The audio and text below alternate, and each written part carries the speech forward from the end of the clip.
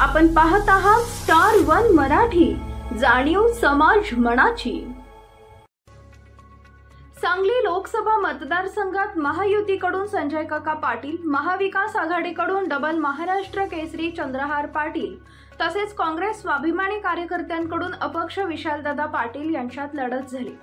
विशाल पाटील काँग्रेसकडून इच्छुक होते, मात्र महाविकास आघाडीकडून चंद्रहार पाटील यांना उमेदवारी मिळाल्याने त्यांनी अपक्ष निवडणूक लढवली।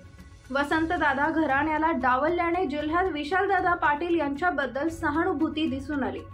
मोदींच्या निर्णयावर आणि संजय काकांच्या कामावर काका हॅट्रिक करतील असा भाजप कार्यकर्त्यांना विश्वास आहे। जिल्ह्यातील नागरिकांना मोदीच्या कामावर विश्वास आहे, त्यामुळेच संजय काकांना मताधिक्य मिळेल अशी चर्चा आहे। जिल्ह्यात विशालदादांच्या बद्दल भावनिक लाट आहे। या लाटेवर विशाल पाटील स्वार होऊन निवडून येतील असा विश्वास काँग्रेस व राष्ट्रवादीमधील फुटीर आणि विशाल पाटील यांच्या कार्यकर्त्यांना आहे।